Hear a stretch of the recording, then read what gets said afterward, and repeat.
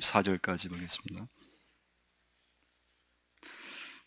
가롯인 아닌 유다가 이르되 주여 어찌하여 자기를 우리에게는 나타내시고 세상에는 아니하려 하시나이까. 예수께서 대답하여 이르시되 사람이 나를 사랑하면 내 말을 지키리니 내 아버지께서 그를 사랑하실 것이요 우리가 그에게 가서 거처를 그와 함께 하리라.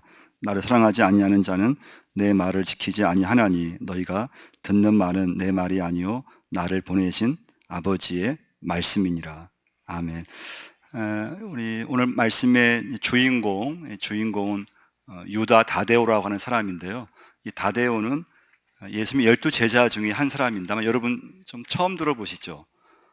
우리 마태라든가 빌립이라든가 그런 인물, 제자들은요 많이 들어봤습니다. 근데 제자 중에서 유다 다데오라고 하는 제자는요 성경에 거의 언급이 없어요.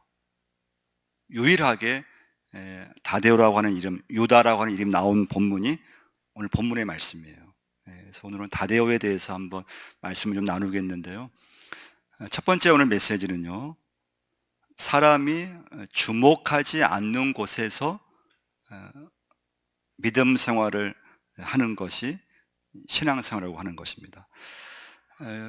유다 다데오라고 하는 사람은 제자 중에서 이렇게 주목을 받지 못했어요. 그 성경 말씀에 이렇게 언급이 없습니다. 예수님이요 제자들한테 내가 곧 십자가를 나는 지고 난 죽는다 그런 말씀을 했을 때 제자들은 다 그냥 두려워했어요. 겁을 먹었어요. 아니 우리가 직업 다 포기하고 우리 스승이신 예수님만 바라보면 지금 따라왔는데 아니 그 스승이신 예수님이 십자가에서 죽는다고 하니까 제자들이 두려워할 수밖에 없잖아요. 그때 주신 말씀이 요한복음 14장 말씀이에요. 1절 말씀은 뭐로 나왔습니까? 너는 마음에 근심하지 말라. 그러면서 나를 믿으라. 이렇게 이제 말씀하시고요. 그러면서 이제 그 말씀을 주고 나서 12제자 중에서 도마, 그리고 빌립, 그리고 유다 다데오 이 세 사람이 예수님과 대화하는 말씀이 요한복음 14장 말씀이에요. 자, 도마가 먼저 예수님한테 이렇게 말씀해요. 자, 5절 말씀 한번 보시면요. 읽어보겠습니다. 도마가 이르되 주여 주께서 어디로 가시는지 우리가 알지 못하거늘 그 길을 어찌 알겠사옵나이까. 그때 예수님이 뭐라고 대답합니까? 내가 곧 길이요 진리요 생명이니 나로 말미암지 않고는 아버지께 올 자가 없느니라. 그러니까 걱정하지 말라는 거예요. 예수님이 도마한테는요 걱정하지 마. 나를 믿고 나를 따르면 그게 믿음의 길이고 너의 인생길이 될 수 있어. 근데 도마 너가 만약에 너가 생각하는 대로만 살면은 그건 너의 길이 아니야. 그 말씀이에요. 이게 첫 번째 대화예요. 두 번째 대화는 빌립이에요. 8절 한번 보시면요. 빌립이 이렇게 예수님한테 또 물어요. 8절 읽습니다. 빌립이 이르되 주여 아버지를 우리에게 보여주옵소서. 그리하면 축하겠나이다. 이때 예수님은 빌립을 책망하세요. 9절 말씀 보시면 예수께서 이르시되 빌립아 내가 이렇게 오래 너희와 함께 있으되 내가 나를 알지 못하느냐. 나를 본 자는 아버지를 보았거늘 어찌하여 아버지를 보이라 하느냐. 책망의 말씀이에요. 혼이 나요. 그리고 나서 세 번째 대화가 유다 다데오예요. 22절 말씀 보시면 오늘 본문이죠. 22절 읽어보겠습니다. 가롯인 아닌 유다가 이르되 주여 어찌하여 자기를 우리에게는 나타내시고 세상에는 아니하려 하시나이까. 무슨 말씀인가 하면 예수님 당신의 능력을 한번 모든 사람들에게 좀 보여주세요. 그런 말씀이에요. 예수님 당신은 병든 자도 고쳐주실 수 있고 기적도 일으키실 수 있고 한번 당신의 능력을 세상 사람들한테 한번 좀 보여주세요. 그런 이제 어떤 호소예요. 그때 예수님의 말씀은 뭡니까? 23절 말씀 보시면 같이 한번 읽어보겠습니다. 예수께서 대답하여 이르시되 사람이 나를 사랑하면 내 말을 지키리니 내 아버지께서 그를 사랑하실 것이요 우리가 그에게 가서 거처를 그와 함께 하리라. 예수님의 대답은 무엇인가 하면 그런 인간의 방법을 거절하시고 내 말을 지키는 것이 믿음이다. 할렐루야. 그래서 여러분, 오늘 참 중요한 건 뭔가 하면 우리 사람이요, 이게 주목받는 삶을 사는 건 쉬운 게 아니에요.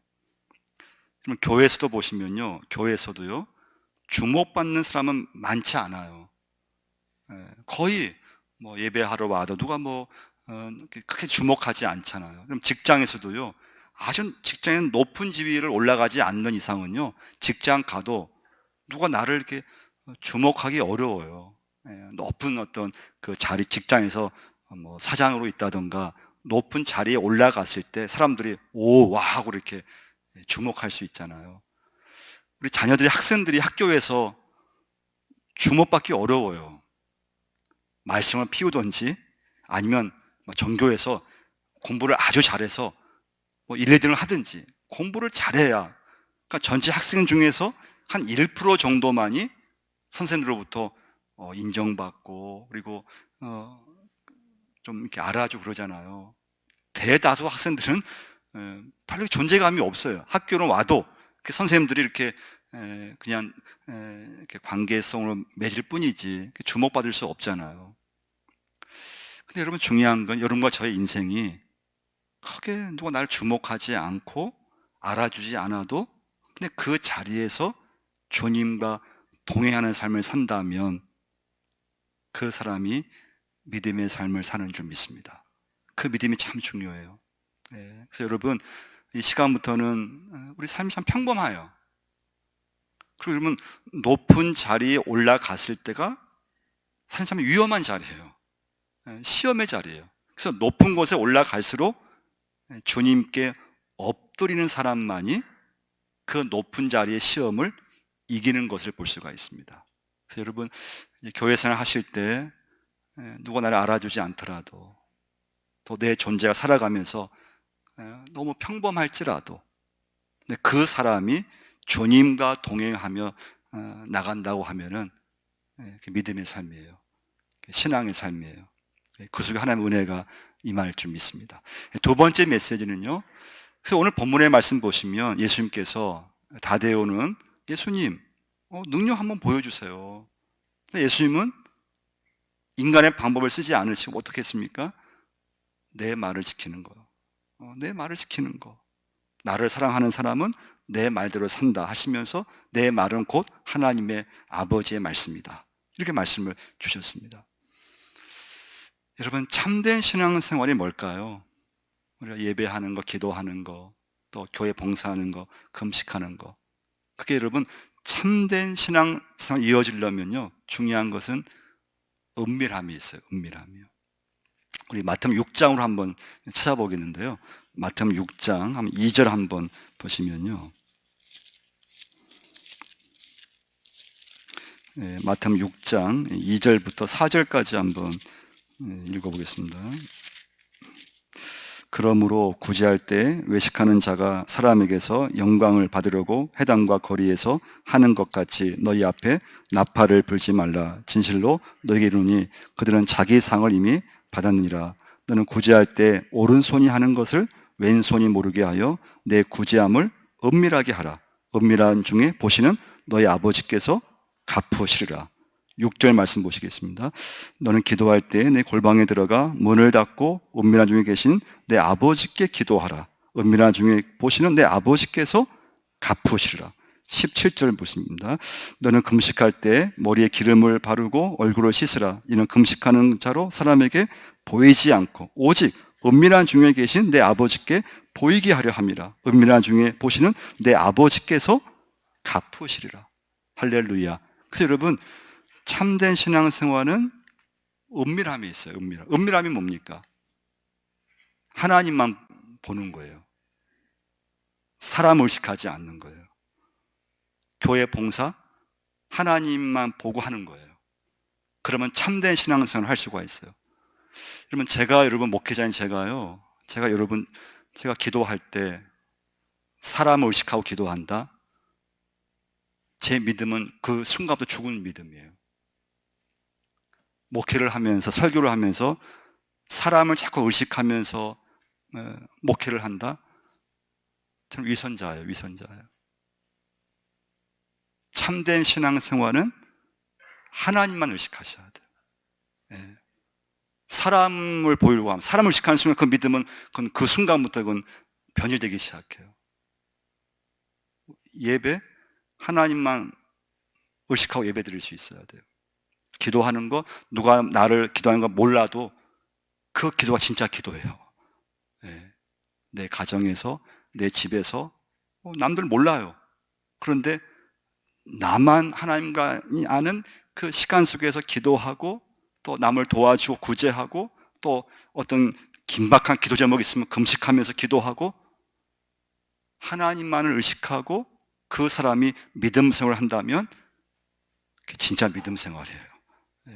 자, 세 번째, 마지막 메시지예요. 오늘 말씀에 의하면요, 하나님께 집중하는 것, 하나님 말씀에 집중하는 것이 신앙임을 알 수가 있어요. 세 번째 메시지예요. 하나님 말씀에 집중할 수 있어야 돼요. 다데오는 예수님, 우리에게 능력을 나타내셨듯이 좀 사람들 앞에서 예수님 능력을 좀 보여주옵소서. 그때 예수님은 그 말을 듣자마자 내 말을 지켜야 된다. 그러니까 여러분, 신앙생활의 가장 중심은 하나님 말씀에 집중할 수 있느냐예요. 여러분, 예수님께서요, 병든 자 고치셨어요. 기적을 일으키셨어요. 예수님께서요. 예수님이요, 귀신을 쫓아내셨어요. 근데 여러분, 중요한 건 예수님께서 병든 자를 고치고 나서 예수님이 한 번도 이 다음부터 내가 고쳤으니까 하나님 믿어야 돼, 그런 말씀을 한 번도 하신 적이 없어요. 예수님이요, 귀신을 쫓아내시고 그 전도의 도구로 삼은 적이 한 번도 없어요. 병은 병이고 말씀은 말씀이었던 거예요. 복음은 복음이고 기적은 기적이었어요. 그래서 여러분, 교회가요, 어떤 교회는 이렇게 막 병든 자를 치유하는 쪽으로 가는 교회가 있어요. 그런 건 나쁜 건 아니에요. 그게 중심이 되면 안 된다는 거예요. 어떤 교회는 뭐 어떤 은사, 성령의 은사, 방언, 그거 강조할 수 있어요. 근데 그쪽으로 가면 안 돼요. 왜 그렇습니까? 오늘 예수님께서 뭐라고 하셨습니까? 내 말을 지키는 것이 믿음이라고 했어요. 그럼 베드로가요, 베드로 보시면 베드로가 기적이 많았어요.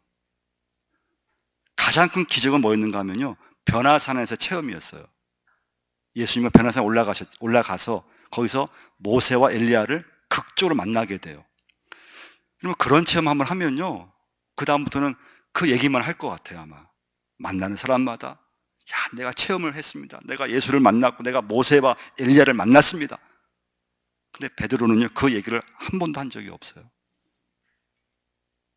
그때 베드로가 너무 좋아가지고요, 예수님한테, 예수님, 여기가 너무 좋습니다. 초막스를 짓고 우리 여기서부터 그냥 여기서 지냅시다, 그 얘기를 했거든요. 근데 여러분, 성경 말씀 보시면, 마태복음 17장 5절 말씀 보시면, 그 순간에 하늘에서 하나님의 음성이 들렸어요. 베드로한테 뭐라고 했을까요? 말할 때 호련히 빛난 구름이 그들을 덮음에 구름 속에서 소리가 나서 이르시되, 이런 내 사랑하는 아들이요 내 기뻐하는 자니 너희는 그의 말을 들으라 하는지라. 할렐루야. 그 환상 속에 머물지 말고, 그 체험에 있지 말고, 너는 그의 말, 예수의 말씀에 집중하라. 그의 말을 들어야 된다. 하나님의 말씀이었던 거예요. 그래서 여러분, 우리가 예수 믿으면서요, 참 믿음의 방향이 참 중요하고요, 내가 섬기는 그 교회가 어떤 방향, 어떤 중심을 갖고 가느냐가 굉장히 중요해요. 또 그 교회 목회자가, 담임 목사가 어떤 신학과 어떤 말씀을 강조하고 그 교회를 어떻게 이끌어가는가는 너무너무 중요해요. 이때 중요한 건 뭔가 하면 하나님 말씀에 강조를 해야 된다는 거예요. 예, 말씀을 붙드셔야 돼요. 이게 왜 중요한가 하면요, 하나님 말씀 중심의 신앙이 되면 그 믿음은 절대 흔들리지 않아요. 하나님 말씀의 중심을 가진 사람만이 그 믿음에서 열매를 맺게 되어 있어요.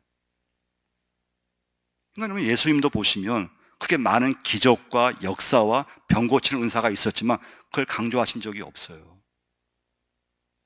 그걸 가지고 하나님 믿어야 돼 말씀하신 적이 없어요. 회개를 선포하시고 하나님의 말씀을 선포하시고, 그래서 여러분과 제가 좀 체험이 없어도요, 하나님 말씀을 집중하고 그 말씀에 내 믿음을 거기에 둬야 돼요.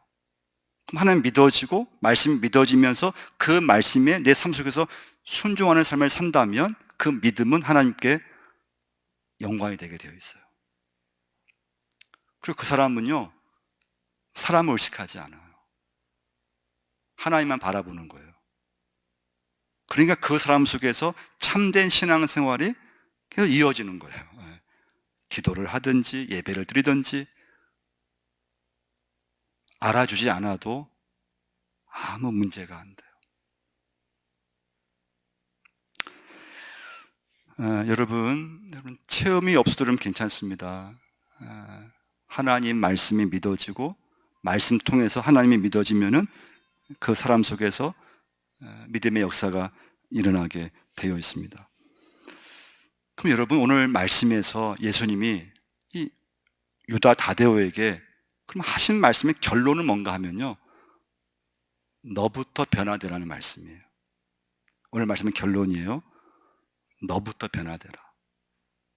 근데 여러분, 여러분과 저를 변화시킬 수 있는 것은 하나님 말씀밖에 없어요. 하나님 말씀, 그 말씀 안에서 너부터 변화되라. 그 내가 변화되면 내 가정이 변화되기 시작해요.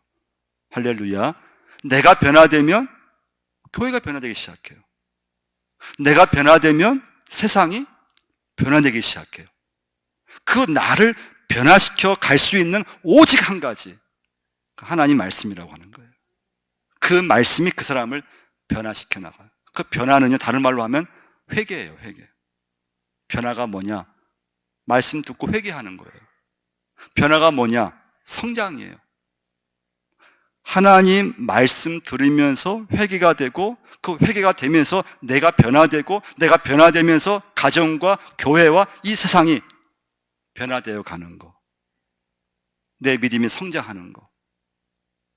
그러면서 살아가면서 누가 나를 알아주지 않을지라도, 누가 여러분과 저를 주목하지 않을지라도 하나님 한 분만을 의식하면서 믿음의 말씀에 순종하는 삶을 산다면 그 사람은 믿음의 삶을 잘 살고 있는 거예요. 기도하겠습니다. 하나님 아버지, 저들을 오늘 예배자로 불러주시고 체험이 없을지라도 하나님 말씀을 붙들고 하나님이 믿어지게 하시고 하나님 말씀에 순종하는 삶으로 저희들을 이끌어 주옵소서. 사람을 의식하지 않게 하시고 기도를 하든지 교회에서 봉사를 하든지 예배를 드리든지 하나님만 의식하면서 하나님만 바라보면서 참된 신앙생활로 저희들을 인도하여 주옵소서. 예수님 이름으로 기도드리옵나이다. 네, 바로 이어서 은퇴식을 하도록 하겠습니다. 오늘